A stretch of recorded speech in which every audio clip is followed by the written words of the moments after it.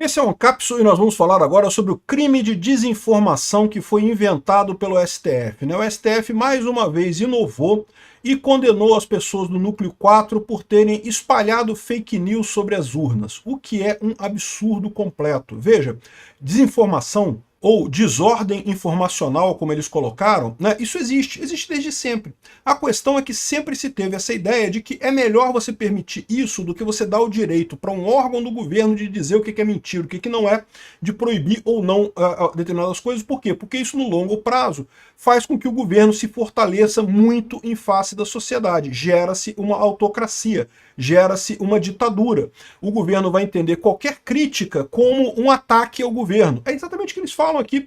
Não, porque as críticas às urnas eletrônicas enfraqueceram o Estado.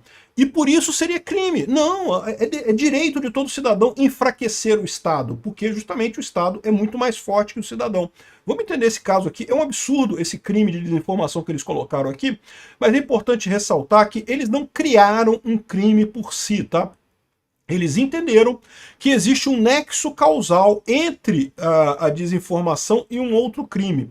Isso também é um absurdo, é igualmente absurdo e é extremamente preocupante o que isso vai gerar daqui para frente. Essa notícia foi sugerida por Papa Leão XV, Baba Yaga sobre os palácios e várias outras pessoas. Obrigado aí ao pessoal que sugeriu notícias lá no nosso site, no visãolibertaria.com, e obrigado a você que está assistindo o nosso vídeo. Se você gosta do nosso conteúdo, por favor, deixe o seu like e se inscreva aqui no canal. Felizmente, vários jornais aqui estão condenando essa decisão do STF de reconhecer o crime de desinformação, porque realmente é um absurdo. Os próprios jornalistas sabem que isso é perigoso para eles. Todo jornalista critica o governo, e toda crítica ao governo, de certa forma, enfraquece o governo. Mas e aí? Então quer dizer que não pode criticar o governo? Entendeu? O problema de você falar uma mentira que pode enfraquecer o governo é que o contrário, você proibir a pessoa de falar alguma coisa que pode enfraquecer o governo, é uma medida extremamente autoritária, é muito mais forte, é contraproducente em relação à democracia. É a escolha que foi feita. É melhor você conviver com a mentira do que você proibir as pessoas de criticarem o Estado, e aí, meu amigo, o Estado vai automaticamente crescer, crescer, crescer, e ninguém pode criticar. É o que acontece, por exemplo, lá em Cuba. Olha só, desde que teve os protestos lá em 2021 em Cuba, vocês sabem, Cuba é uma ditadura terrível, o pessoal vive na miséria por lá. Quando teve grandes protestos em 2021 contra Cuba, as pessoas foram presas por atacar as instituições, a mesma desculpa que o STF usa aqui no Brasil, que as pessoas estão atacando as instituições com críticas e coisa e tal. Lá em Cuba também não tinha ninguém armado, porque é proibido armas em Cuba já há muito tempo, só o governo pode ter armas em Cuba há muito tempo. As pessoas não fizeram nada, não quebraram nada, só fizeram protestos, mas estavam atacando as instituições. É a mesma coisa que eles disseram aqui no crime de desinformação que eles estão colocando aqui, né? Ao tipificar a propagação de mentiras, o STF ultrapassa o limite entre julgar e legislar. Nenhuma democracia sobrevive quando a opinião depende de sentenças e licenças. Exatamente. Porque agora qualquer crítica que você fizer ao STF ou ao TSE... Não, beleza, olha só, eu fui o primeiro, antes de qualquer pressão desse tipo aqui, eu fui o primeiro a defender as eleições. Falei que não tinha, eu não vi evidência de fraude nenhuma. Me mandaram um monte de tabela, de número. Que tem problema aqui, que tem problema. Eu não vi nenhum problema nas eleições de 2022. Mas isso não quer dizer que não possam acontecer eleições em outros anos. É preciso que as pessoas tenham o direito de criticar, inclusive o TSE. É um absurdo dizer que não, que está acima de qualquer crítica e coisa e tal. Não faz sentido isso, né? E lembra, é muito confortável para quem está no poder dizer que qualquer crítica está atacando a desinformação, está atacando o governo, está enfraquecendo o governo, né?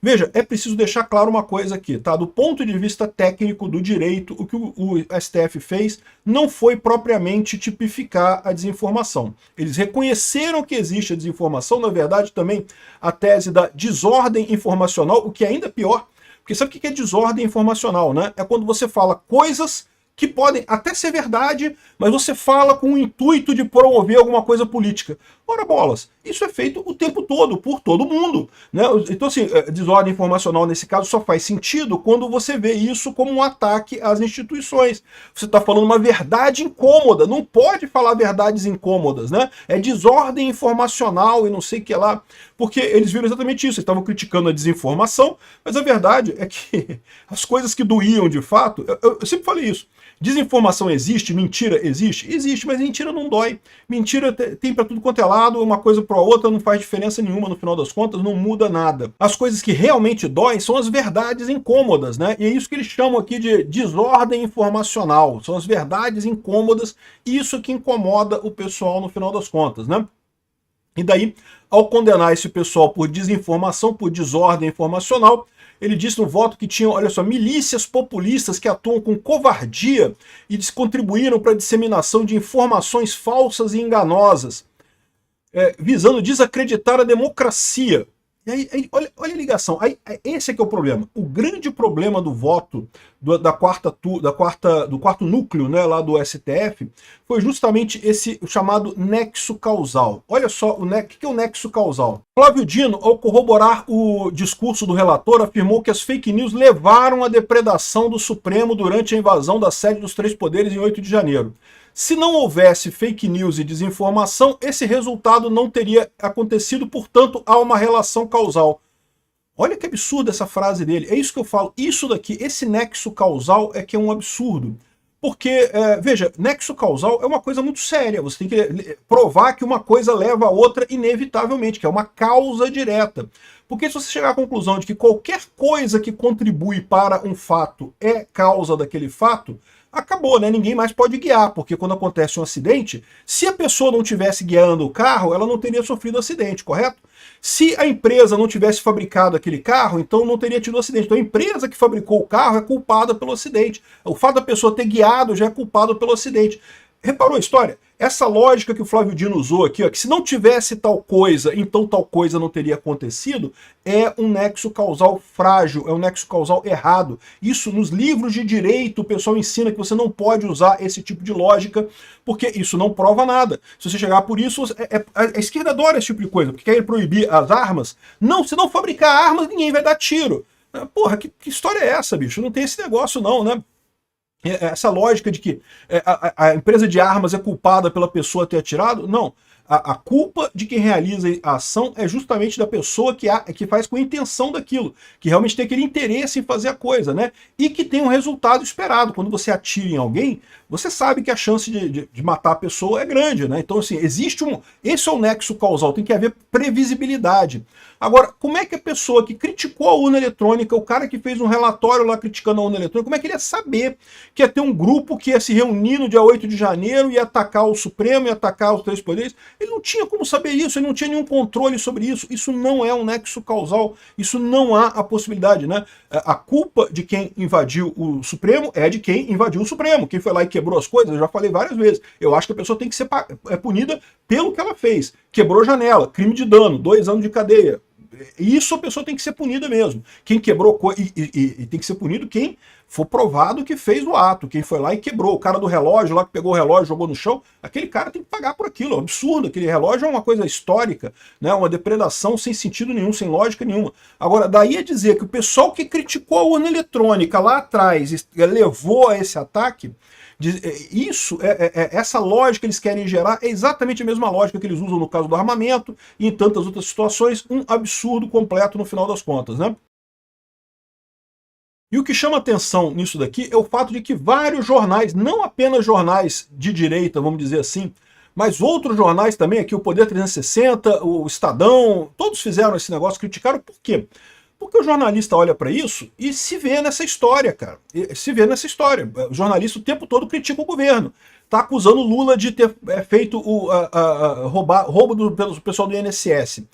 Então se amanhã tiver uma briga e os aposentados começarem a brigar e quebrarem o governo Lula, lá quebraram o Palácio Planalto porque eu critiquei o Lula no INSS, então eu tive culpa nisso?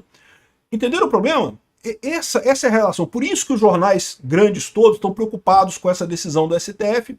É uma decisão terrível, é uma decisão que engessa a opinião do Brasil, passa a ter discordância permitida e discordância não permitida no Brasil, o que não combina com democracia. Como eu falo para vocês, democracia é aquele regime em que você pode criticar o governo, qualquer crítica a qualquer funcionário do governo, em qualquer situação. Você pode criticar, não pode usar violência, não pode fazer desobediência, mas criticar você pode.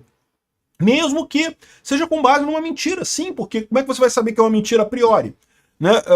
O pessoal levantou um monte de coisa das urnas ali e aí não teve investigação. Em 2014, quando criticaram a urna eletrônica lá no caso do Aécio Neves, teve um processo lá no STF, o pessoal fez avaliação e coisa e tal, respondeu esse processo. É o que tinham que ter feito agora também. Por que não fizeram? Por que proibiram a crítica? Isso é um absurdo, isso levanta mais suspeitas do que resolve qualquer problema, né?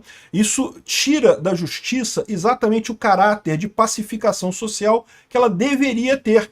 Não, vamos avaliar e vamos ver direitinho, vamos investigar tudo aqui para ver o que teve de errado nessa história, se teve alguma coisa de errado ou não. Faz-se um processo, responde-se tecnicamente e depois no resultado final se diz lá, não teve nada aqui, pronto, resolvido o problema.